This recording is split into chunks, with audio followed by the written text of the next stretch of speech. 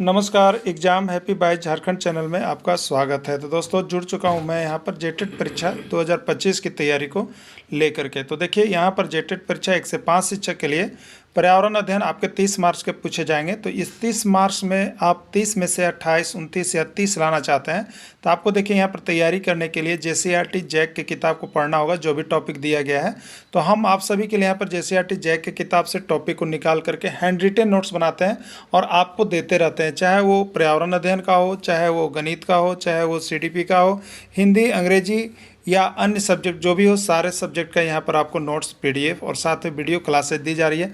तो 1 से 5 के शिक्षक की संपूर्ण तैयारी जो है आपको क्षेत्रीय भाषा छोड़ करके 500 रुपये में करवाया जाता है और 6 से 8 की भी तैयारी आपको 500 रुपये में करवाया जाता है। मोबाइल नंबर 9631054226 पर आप संपर्क कर सकते हैं। और यदि आप चाहते हैं कि केवल पर्यावरण अध्ययन का हमको संपूर्ण नोट्स चाहिए और उसका वीडियो, तो आपको सिर्फ 150 रुपये लगेंगे और आप यहाँ से पर्यावरण अध्ययन लेकर के तैयारी कर सकते हैं। तो आप इस तरह से यहाँ पर हमारे साथ जुड़िएगा JCERT जैक की किताब को पढ़ने के लिए, जिससे कि आप कम पढ़ करके यहाँ से अधिक प्रश्न आपके एग्जाम में आएंगे। क्योंकि इसके आगे भी जैक का परीक्षा हुआ है, जहाँ से पर्यावरण अध्ययन का बहुत सारे प्रश्न एक चैप्टर से 2-2 प्रश्न भी आए हुए थे। जैक ने अपने ही किताब से पूछा था, उसी किताब का हम यहाँ पर नोट्स आपको बना रहे हैं। तो आप सभी जुड़ जाइएगा। चलिए देखते हैं। आपको दिया गया जिसमें 1 to 5 का आपको GK GS था 30 नंबर का, ठीक है। इसको यहाँ से हटा दिया गया और अब आपको कर दिया गया EVS, क्योंकि सभी राज्यों में EVS की परीक्षा होती है, जो कि आपके लिए बहुत ही अच्छा हुआ। इसमें देखिए बहुत कम प्रश्न आपको हम बताएंगे, ठीक है, बहुत कम प्रश्न, क्योंकि यहाँ पर जो आपको सिलेबस दिया गया है उसमें स्पष्ट लिख दिया गया है झारखंड राज्य के अनुमोदित पाठ्यक्रम पर आधारित प्रश्न पूछे जाएंगे। आप सिलेबस में देख लीजिएगा, ठीक है। अब देखिए, तो हम यहाँ झारखंड राज्य के अनुमोदित पाठ्यक्रम यानी JCERT टेक्स्ट बुक से ही आपको सारा नोट्स हैंड रिटन बना दे रहे हैं, जो कि आपको देखिए बहुत कम प्रश्न मिलेगा, लेकिन यहाँ से आएगा बहुत ज़्यादा, ठीक है। बाहर का कहीं से कुछ देखने की आवश्यकता आपको नहीं है, ठीक है। बाहर का कहीं कुछ विशेष प्रैक्टिस सेट लेकर के बनाने की आवश्यकता नहीं है, नहीं तो बहुत बड़े ग्रंथ पड़े हुए हैं, वहाँ पढ़ते पढ़ते समय चला जाएगा और वहाँ से कुछ आएगा भी नहीं। आप यहीं से इस नोट से पढ़ लीजिएगा, लेकर के आपको सारा कुछ यहाँ से भिड़ने वाला है, ठीक है। तो देखिए यहाँ पर टॉपिक 1 जो है आपका EVS का, वो है आपका परिवार और पड़ोस। उस टॉपिक को हमने कंप्लीट कर दिया गया है, उसका सारा PDF और वीडियो दे दिया गया है आपको, ठीक है। उसके बाद दूसरा टॉपिक जो है, देखिए यहाँ पर टॉपिक 2 लिखा हुआ है, वो है भोजन। क्या है? भोजन है। और भोजन देखिए बहुत बड़े पार्ट है, लेकिन अभी हम आपको छोटे छोटे टॉपिक करके इसको पढ़ा रहे हैं। तो ये टॉपिक 2 का जो यहाँ पर छोटे छोटे पार्ट में हमने किया है, तो आज पार्ट 5 को आप देख रहे हैं, खंड 5 यानी पार्ट 5 को आप यहाँ पर देख रहे हैं, ठीक है। तो पार्ट 5, इसके पहले 1, 2, 3, 4 पार्ट हो गए हैं, वो भी बहुत ही अच्छे उसके नोट्स बने हुए हैं और बहुत कम प्रश्न है, ठीक है, लेकिन सारे इंपॉर्टेंट और मार्केबल प्रश्न ही दिए गए हैं। तो आप सभी जो नहीं देखे होंगे वो जरूर देख लीजिएगा, और जिनको किसी भी तरह का दिक्कत होगा हमसे संपर्क कर लीजिएगा 9631054226 पर। सभी सब्जेक्ट का नोट्स बन करके आपका कंप्लीट है, चाहे वो जिसका भी हो, ठीक है। तो आप यहाँ से 500 रुपये में, ओनली फॉर 500 रुपये में ही जेटेट की तैयारी घर बैठे कर सकते हैं, चाहे वो कोई सब्जेक्ट हो, क्षेत्रीय भाषा छोड़ करके, ठीक है। अब देखें यहाँ पर, तो यहाँ पर पशु और जंतु के भोजन से है, तो पशु या जंतु को पालने का उद्देश्य यहाँ से प्रश्न आता है, ठीक है। तो आजकल विभिन्न उद्देश्य से मानव जंतुओं को पालते हैं, ठीक है। हम लोग भी घरों में जंतुओं को रखते हैं। सबको जंतु रखने का कुछ न कुछ उद्देश्य जरूर होता है, चाहे उनकी जो इच्छा से रखते होंगे, सबकी अपनी अपनी इच्छा के अनुसार उसका उद्देश्य जरूर रखता होगा, ठीक है। तो दूध के लिए, ठीक है, हम लोग पहला उद्देश्य, कोई व्यक्ति जो है वो चाहते हैं कि हम शुद्ध दूध खाएं, ठीक है। तो लोग दूध के लिए भी अपने घरों में पालतू जंतु को रखते हैं, ठीक है। तो दूध के लिए किसको लोग रखते हैं? गाय को, भैंस को, बकरी या ऊँट, ये सभी दूध देने वाले पशु हैं, इन्हें हम दूध के लिए ही पालते हैं, ठीक है। तो यहाँ पर दूध देने वाली पशु में कौन कौन है? तो दूध देने वाले पशु में गाय, भैंस, बकरी, ऊँट, ठीक है। तो यहाँ पर दूध के लिए भी हम इन लोगों का पालन करते हैं। दूसरा है अंडे के लिए। हम लोग जंतु का पालन किस लिए करते हैं? या पशु का या पक्षी का पालन। तो दूसरा है अंडे के लिए। तो अंडे के लिए किसको? तो देखिए, अंडा में प्रोटीन प्रचुर मात्रा में पाया जाता है, ठीक है। अंडा में प्रोटीन जो है प्रचुर मात्रा में होता है, इसलिए हम लोग मुर्गी का पालन करते हैं। यानी अंडा के लिए हम लोग सबसे ज़्यादा किसका पालन किया जाता है? मुर्गी का पालन किया जाता है। अब किसी व्यक्ति को जंतु पालने का उद्देश्य होता है भार ढोने के लिए, ठीक है। किसी को भार ढोना है तो वो जंतु का पालते हैं। तो घोड़ा एवं गधा। भार ढोने के लिए हम किस जंतु का प्रयोग करते हैं? घोड़ा एवं गधा जैसे जंतुओं का प्रयोग भार ढोने के लिए यहाँ पर मानव के द्वारा किया जाता है। ठीक है। कृषि कार्य के लिए भी आदमी का उद्देश्य कृषि कार्य के लिए भी जंतु का पालना होता है। जैसे अगर घरों में कोई बैल रखे हैं तो इसका मतलब खेती करने के लिए, कृषि कार्य करने के लिए बैल को रखते हैं। ठीक है। अगला है शहद के लिए। ठीक है। बहुत से लोग पशु पक्षी के जो उपयोग करते हैं वो शहद के लिए भी करते हैं। तो शहद के लिए किसका प्रयोग होता है? तो मधुमक्खियाँ जो होती है वो शहद देती है। अगला है सुंदरता एवं मनोरंजन के लिए भी पशु पालने का उद्देश्य सुंदरता एवं मनोरंजन भी होता है। बहुत लोग मनोरंजन करने के लिए तोता, खरगोश, मछली ये सभी अपने घरों में रखते हैं। तो ये सुंदरता या मनोरंजन वाले पशु या पक्षी के नाम से जाने जाते हैं। ठीक है। तो पशु या पक्षी पालने का मुख्य उद्देश्य ये था। ठीक है। देखिए ये आपका टॉपिक दिया हुआ है, अभी जो आप न्यू टॉपिक देखिएगा वो दिया हुआ है विभिन्न प्रकार के जंतुओं या पशुओं का घर। ठीक है। सभी पशु जो है रहने का घर उनका अलग अलग नाम से जाना जाता है। ठीक है। तो विभिन्न पशुओं के रहने का घर का नाम अलग अलग होता है, उसको हम लोग देखेंगे। ठीक है। पशु का नाम या और उनके रहने का स्थान हमने बना दिया है, और इसमें केवल वैसे ही नाम आए हैं जो कि अभी तक किसी न किसी राज्य में यहाँ से प्रश्न छू रहा है। ठीक है। एक्स्ट्रा को हमने छोड़ दिया है। अब देखिए यहाँ पर तो गाय के रहने का स्थान को क्या कहते हैं? आप तो घरों में गाय पालते हैं, तो गाय के रहने का स्थान को इसलिए छप्पर कहते हैं। जो मिट्टी वाले घर होते हैं उसके नीचे हम लोग ज़्यादा करके या करकट वाले घर के नीचे रखते हैं, लेकिन उसका नाम दिया गया है गाय को छप्पर के नीचे रखा जाता है। गाय के निवास स्थान को छप्पर कहते हैं। ठीक है। घोड़ा के निवास स्थान को क्या कहते हैं? तो घोड़ा के निवास स्थान, घोड़ा जहाँ रहता है उसको या तो घुड़साल या उसको कहते हैं अस्तबल। प्रश्न आए हुए हैं। ठीक है। घोड़ा के निवास स्थान को घुड़साल या अस्तबल के नाम से जाना जाता है। ठीक है। जो सुअर पालते हैं वो जानते होंगे सुअर के निवास स्थान, सुअर के निवास जहाँ रखते हैं उसका नाम क्या है? तो उसका नाम है बाड़े या बाड़ा कहता है। ठीक है। बाड़े के नाम से जाना जाता है, सुअर के निवास स्थान को बाड़े कहते हैं। ठीक है। मुर्गा या मुर्गियाँ जो जहाँ रखा जाता है उसके निवास स्थान को क्या कहते हैं? दड़बे कहते हैं। दोनों प्रश्न सुअर और मुर्गी ये दोनों प्रश्न पूछा गया है कि सुअर के निवास स्थान को क्या कहते हैं? तो बाड़े कहिएगा। मुर्गा या मुर्गी के निवास स्थान को क्या कहेंगे? तो दड़बे कहेंगे। ठीक है। खरगोश का निवास स्थान कहाँ है? खरगोश ज़्यादा करके कहाँ पाले जाते हैं? तो वो पिंजरा में रहते हैं। खरगोश का आवास जो है पिंजरा माना जाता है। मछलियाँ का आवास कहाँ है? तो जल जीवशाला। देखिए अभी तो यहाँ पर जो कृत्रिम रूप से भी मछलियाँ रखी जा रही है। कुछ तो मान लीजिए कि मछलियाँ जो है प्राकृतिक आवास अपने जल जीवशाला में रहते हैं, नदियों में रहते हैं, वो तो अलग है, लेकिन अभी ऑक्सीजन दे करके ये सब बना करके यहाँ पर भी मछलियों को घरों में लोग रख रहे हैं। तो ये जल जीवशाला इसका आवास स्थान है। कुत्ता का आवास स्थान कहाँ है? तो कुत्ता पालतू जो होते हैं वे कहाँ रहते हैं? घरों में रहते हैं। कुत्ता का आवास स्थान घर कहलाता है। बिल्ली का आवास स्थान कहाँ होता है? तो बिल्लियाँ अधिकतर घरों में भी पाई जाती है, और बिल्ली जो जंगली बिल्ली है, जो पालतू बिल्ली है वो घर में पाए जाते हैं, जो जंगली बिल्ली है वो मांद में जा कर के रहते हैं, जो शिकारी हो जाते हैं। ठीक है। तो इस तरह से जंतुओं का निवास स्थान याद कर लीजिएगा। यहाँ से एक प्रश्न आपके पर्यावरण अध्ययन के अंतर्गत परीक्षा में पूछ सकता है। ठीक है। चलिए अब देखिएगा पशुओं का आहार, जो जंतु हैं उनका आहार क्या होता है? सभी पशुएं अलग अलग चीज़ खाते पीते हैं, तो उनका आहार का भी जानकारी रख लीजिएगा। यहाँ से एक प्रश्न आ जाता है। ठीक है। और ये आपका टॉपिक न्यू सिलेबस में दिया गया है। तो देखिए यहाँ पर पशु का नाम एक तरफ लिखा हुआ है, एक तरफ आहार का नाम लिखा हुआ है। ठीक है। तो गाय हमारी जो पशु क्या क्या खाती है? तो हरा चारा। हरा चारा में जो भी दे दीजिए, घास यहाँ पर हरा चारा के रूप में है। ठीक है। और उसी तरह से मटर के भी जो दे सकते हैं आप, उसी तरह से सरसों के भी, कोई भी हरा चीज़ आप उसको दे सकते हैं। भूसा और खल्ली ये गाय का आहार है। ठीक है। बकरी क्या खाती है? तो बकरी का जो आहार है वो हरी पत्तियां है। घोड़ा का आहार क्या है? चना। देखिए प्रश्न पूछा गया था, घोड़ा का आहार क्या है? चना। अब देखिएगा मुर्गी क्या आहार क्या है? तो मुर्गी जो है दाना खाती है। ठीक है। मुर्गी क्या है? दाना खाती है। कबूतर क्या है? बाजरा या दाना खाएंगे। और मछली क्या खाएगी? तो मछली को आटे की गोलियां दिया जाता है। मछली को आटे की गोलियां दिया जाता है। कुत्ता को क्या दिया जाता है? तो दूध, रोटी और मांस। कुत्ता का भोजन क्या है? दूध। कुत्ता का यहाँ पर दूध, रोटी या मांस। ठीक है। बिल्ली का भोजन क्या है? तो बिल्ली का दूध और रोटी है। हाथी का भोजन क्या है? घास, हरी पत्तियाँ, टहनियाँ, फल, भूसा, गन्ना, महुआ, ये कुछ भी चीज़ ये खाते हैं। ठीक है। तो इस तरह से हरी चीज़ें सभी ये खा जाते हैं। तो इस तरह से भोजन सभी का याद रखिएगा। यहाँ से भी प्रश्न आपका ईवीएस के अंतर्गत आता है। ठीक है। चलिए अब हम लोग देखेंगे कुछ ईवीएस के वस्तुनिष्ठ प्रश्न को, ठीक है। क्या देखेंगे? ईवीएस के वस्तुनिष्ठ मुख्य प्रश्न जो विभिन्न राज्यों में आए हुए हैं और जो आपके जेसीईआरटी के हिसाब से मैच करता है, ठीक है। चलिए देखते हैं। इसके पहले देखिए 4 पार्ट हुए हैं ना, 1 2 3 4 पार्ट। तो वहाँ तक कितने प्रश्न हो गए हैं कंप्लीट? 60 प्रश्न हमने कंप्लीट किया है 4 पार्ट में। ये 5वां पार्ट है, तो यहाँ से 61 नंबर प्रश्न चल रहा है, ठीक है। यहाँ से 61 नंबर प्रश्न आपका शुरू हो रहा है। ये पार्ट 5 है। इसके पहले 1 2 3 4 का आप वीडियो देख लीजिएगा और हो सके तो आप यहाँ से PDF ले लीजिएगा। केवल ईवीएस का चाहिए तो आपको 150 रुपये में यहाँ टोटल ईवीएस आपकी तैयारी करवा दी जाएगी। तो आप ईवीएस के लिए भी अलग से जुड़ सकते हैं, ठीक है।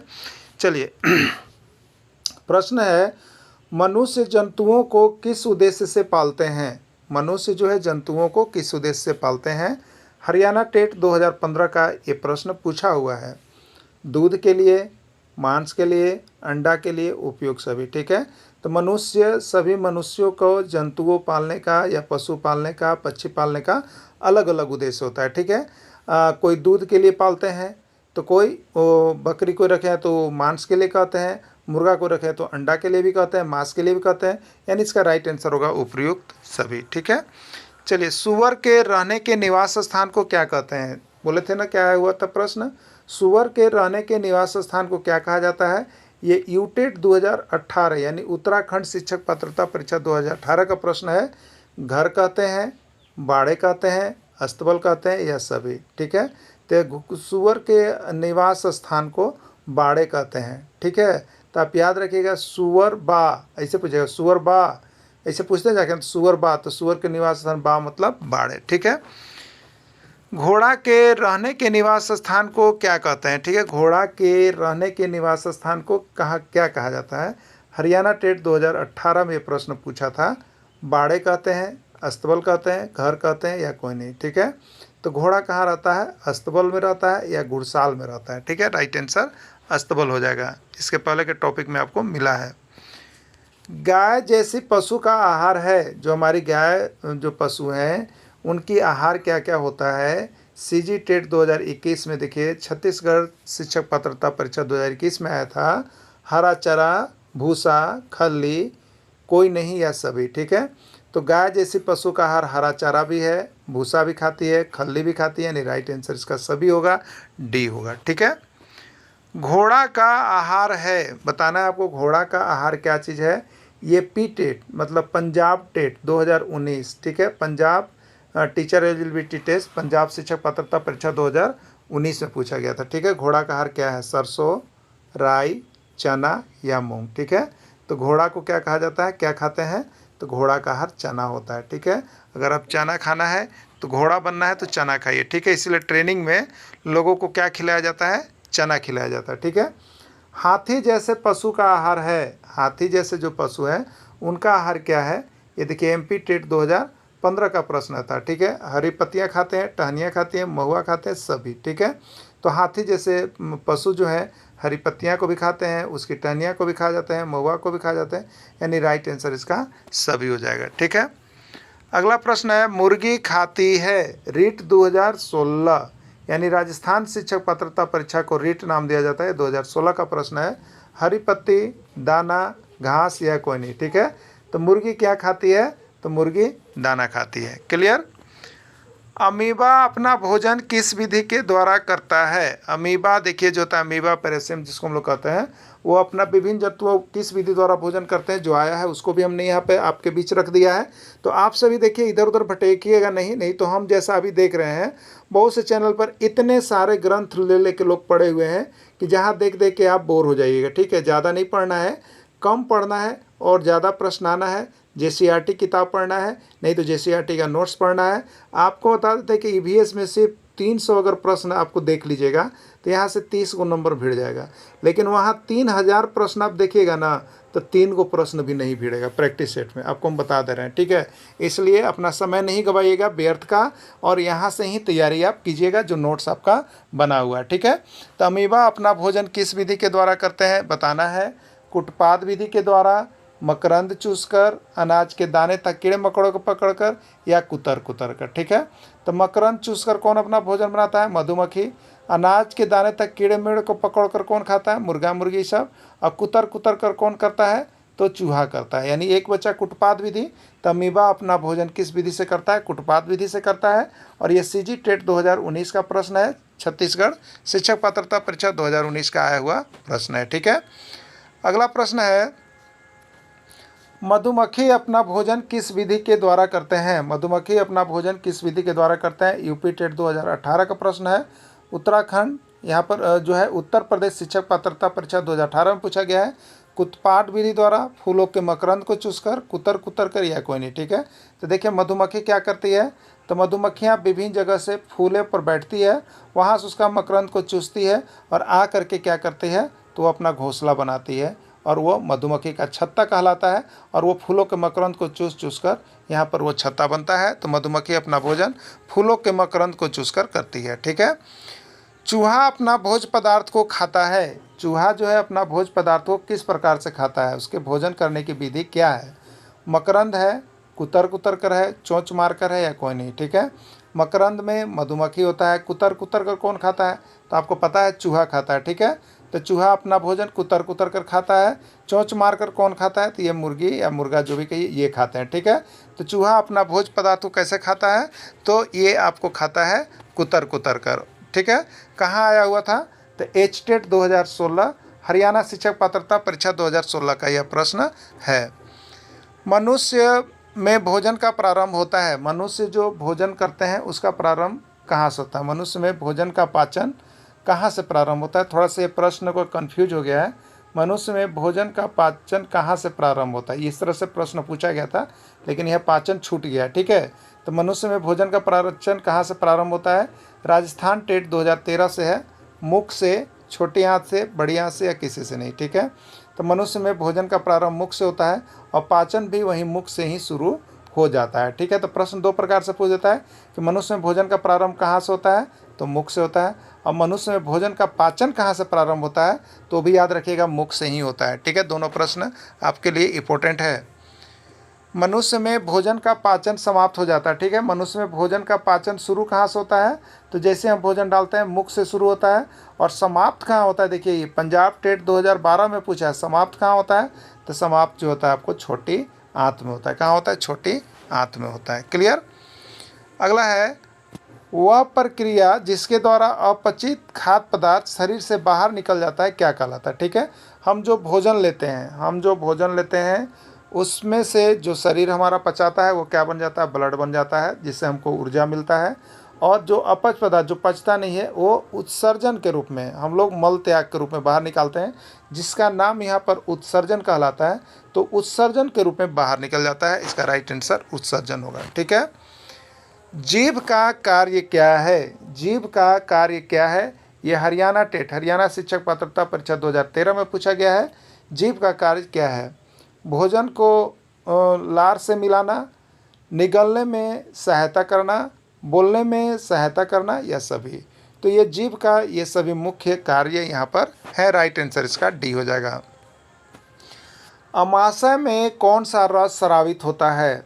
पालक पदार्थ का रस, जठर रस, पिट्ठर रस, या कोई नहीं। ठीक है, तो अमाशय में कौन सा रस स्रावित होता है? यूपी टेट उत्तर प्रदेश शिक्षक पात्रता परीक्षा 2013 का आया हुआ प्रश्न है। तो अमाशय में जो रस होता है उसको हम लोग जानते हैं जठर रस से, जिसको अग्नि कहते हैं। वही अग्नि से यहाँ पर भोजन पचता है। ठीक है, अमाशय में कौन सा अम्ल पाया जाता है? हाइड्रोक्लोरिक अम्ल, जिसको HCl कहेंगे, नाइट्रिक अम्ल, जिसको HNO3 कहेंगे, सल्फ्यूरिक अम्ल, जिसको H2SO4 कहेंगे, या कोई नहीं। ये चार ऑप्शन है। ठीक है, तो अमाशय में जो अम्ल पाया जाता है वो है हाइड्रोक्लोरिक अम्ल। और बहुत इंपॉर्टेंट प्रश्न, हरियाणा टेट में 2012, सीजी टेट 2019, MP टेट 2012, 2013 और बिहार टेट 2023। देख लीजिए कितना इंपॉर्टेंट प्रश्न है, कितना जगह आया हुआ है। आपके लिए भी हो सकता है, आप सभी देख के जाइएगा। ठीक है, और आपको हम बार बार बता दे रहे हैं, आप नोट्स नहीं पढ़िएगा, हैंड रिटेन नोट्स। अगर कहीं का किताब उताब लिए तो अच्छा बात है, उसको भी देख लीजिए। लेकिन कम समय में आप एग्ज़ाम में जाने से पहले आप यहाँ से नोट्स अवश्य परचेज कर लीजिएगा, केवल ईवीएस का नोट्स आपको कितने में मिलेगा हमने बता दिया, 150 रुपये में आप यहाँ से ले सकते हैं। पूरे नोट्स और वीडियो दोनों आपको मिल जाएंगे। अब रही बात कि यहाँ पर अगर आप सब सब्जेक्ट करना चाहते हैं तो आपको सिर्फ लगता है 500 रुपये, ठीक है, 500 रुपये लगता है क्षेत्रीय भाषा छोड़ करके यहाँ से, और नहीं तो एक एक सब्जेक्ट का 150-150 रुपये आपको लगेगा, ठीक है। जानतो रेसे हैं, जानतो रेसे, ठीक है, ऊन है, जानतो रेसे कौन है, ऊन है, रेशम है, ए और बी दोनों या कोई नहीं, ठीक है। ये यूपी टेट 2019 का प्रश्न है, उत्तर प्रदेश शिक्षक पात्रता परीक्षा 2019 में पूछा गया था, ठीक है। जानतो रेसे मतलब जंतुओं से प्राप्त रेसे, जो रेसे जंतु से प्राप्त होते हैं उसको हम लोग जंतु रेसे कहते हैं। तो जंतु से हमको क्या प्राप्त होता है, ऊन होता है, रेशम भी प्राप्त होता है, यानी ए और बी दोनों होता है, जंतुओं से कीटों से, ठीक है। ऊन के रेसे प्राप्त किए जाते हैं, ऊन किस किस से प्राप्त होते हैं, किस किस जानवर का ऊन होता है, ऊन का रेशा कौन कौन से मिलता है, ये आपको बताना है। एमपी टेट 2014 का प्रश्न है और यूपी टेट 2016 दोनों जगह पूछा गया था। तो भेड़, इससे, बकरी से, याक से या सभी से, ठीक है। तो भेड़ से भी ऊन की प्राप्ति होती है। बकरी जो देखिएगा आप श्रीनगर जम्मू कश्मीर में रहते हैं, पश्मीना, उससे भी यहाँ पर रेशे की प्राप्ति होती है, ऊन की प्राप्ति होती है। और याक जो जानवर है उससे भी ऊन की प्राप्ति होती है, यानी राइट आंसर इसका सभी हो जाएगा, ठीक है। रेशम के रेशे प्राप्त किए जाते हैं, ये बिहार टेट देखिए अभी हाल फिलहाल जो हुआ 2023 का पूछा गया प्रश्न है कि रेशम के रेशे कहाँ से प्राप्त किए जाते हैं। बकरी के बाल से, भेड़ के बाल से, रेशम के कीट जिसको कोकून कहते हैं या कोई नहीं, ठीक है। तो रेशम के कीट जो होते हैं, रेशम जो है वो रेशम के कीट यानी कोकून से प्राप्त किया जाता है। देखिए एक चीज़ बता देते हैं आपको, रेशम के रेशे प्राप्त किए जाते हैं, रेशम के कीट बहुत कम जगह मिलेगा, आपको कोकून नाम देगा, तो याद रखिएगा कोकून से प्राप्त होता है, ठीक है। पश्मीना शाल कहाँ पाया जाता है, बहुत इंपॉर्टेंट प्रश्न है, ये कहीं नहीं मिलेगा, आप ईवीएस का ही किताब में ढूंढ पाइएगा, ये कहीं भी प्रैक्टिस सेट में आपको नहीं मिलेगा पश्मीना शाल, ठीक है। पश्मीना शाल कहाँ मिलता है, तिब्बत में, लद्दाख में, जम्मू कश्मीर में कोई नहीं है। देखिए सी टेट में पूछा गया है, यूपी टेट में पूछा गया और सीजी टेट में पूछा गया, ठीक है। पश्मीना शाल जो होता है देखिए आपको बता देते हैं, अंगोरा नामक बकरी होती है जो जम्मू कश्मीर पाई जाती है, ठीक है। और यहाँ पर जो ये बकरी होते हैं ऊंचे क्षेत्रों पर ठंडे प्रदेशों में रहती है। अब बताइए ठंडे प्रदेश में ये बकरी कैसे रह रही होगी, तो ठंडे प्रदेश में ये अपने बालों से बचती है, ठीक है। तो ये है आपका पश्मीना। तो ये क्या होता है कि एक समय में जब होता है तो इसके बाल को क्या कर दिए जाते हैं, छील दिए जाते हैं, निकाल दिए जाते हैं, और इसी बाल से शॉल बनाया जाता है जिसका नाम है पश्मीना शॉल, ठीक है। आपको बता देते हैं ये शॉल बहुत पतला होता है, लेकिन इसकी गर्मी से आप परेशान हो जाइएगा, तो ये वही अंगोरा बकरी जिससे पश्मीना शाल बना है। ये पतला है जरूर, आपको लग रहा है कितना पतला से क्या जाएगा, लेकिन इसमें गर्मी बहुत है, जैसे ये ठंडे प्रदेशों में रह लेते हैं, ठीक है।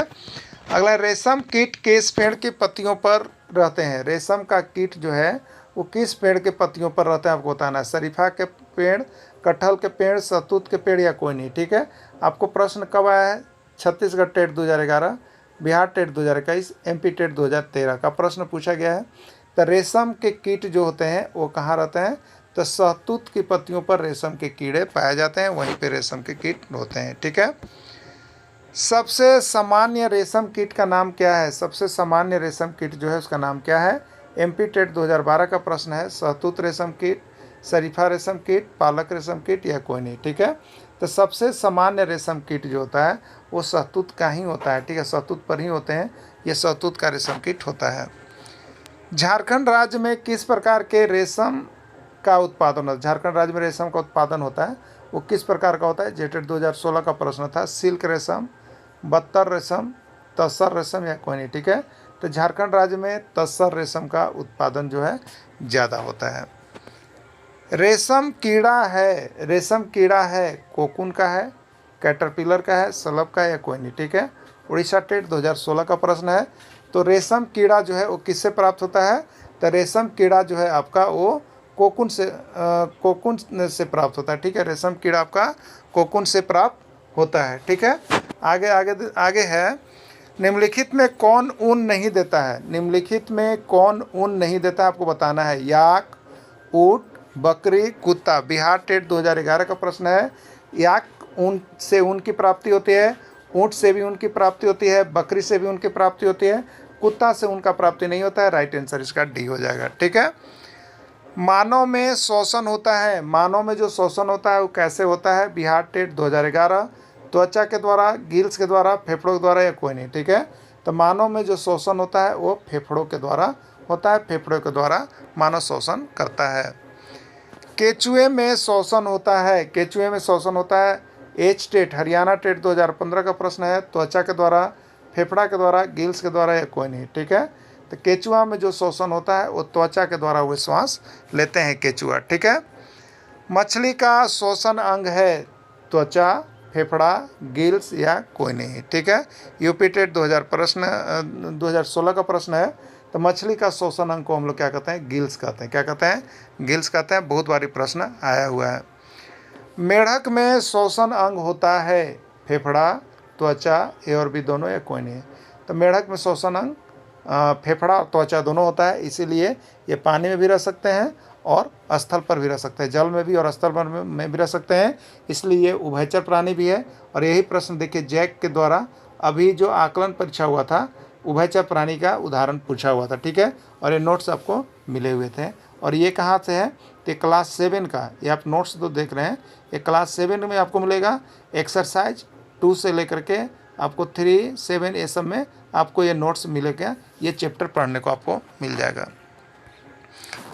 पत्तियों में गैसों का आदान प्रदान होता है, जो हरी पत्तियाँ होती है उसमें गैसों का आदान प्रदान कैसे होता है? तना के द्वारा, रंध्र के द्वारा, जड़ के द्वारा या कोई नहीं। ठीक है, तो पत्तियाँ में जो रंध्र पाई जाती है उसी के द्वारा गैसों का आदान प्रदान होता है। ठीक है, तिलचट्टा में शोषण होता है, तिलचट्टा में शोषण होता है त्वचा के द्वारा, फेफड़ा के द्वारा, गिल्स के द्वारा, श्वास रंध्र के द्वारा। ठीक है, तो तिलचट्टा में जो शोषण होता है श्वास रंध्र के द्वारा होता है। अभी इसी पर देखिए आपको जो जैक एग्जाम लिया आकलन परीक्षा, ये दोनों मैटर फंसा हुआ था, तिलचट्टा को ऑप्शन दे दिया था तो ये गलत हो गया था। तो यहाँ पर सभी को मार्क्स मिलेंगे। अभी देखिए रिजल्ट में विलम्ब है, लेकिन बहुत जल्द आपका रिजल्ट भी आ जाएगा। ठीक है, बाकी नीचे देखिए आंसर शीट आपको दिया गया है।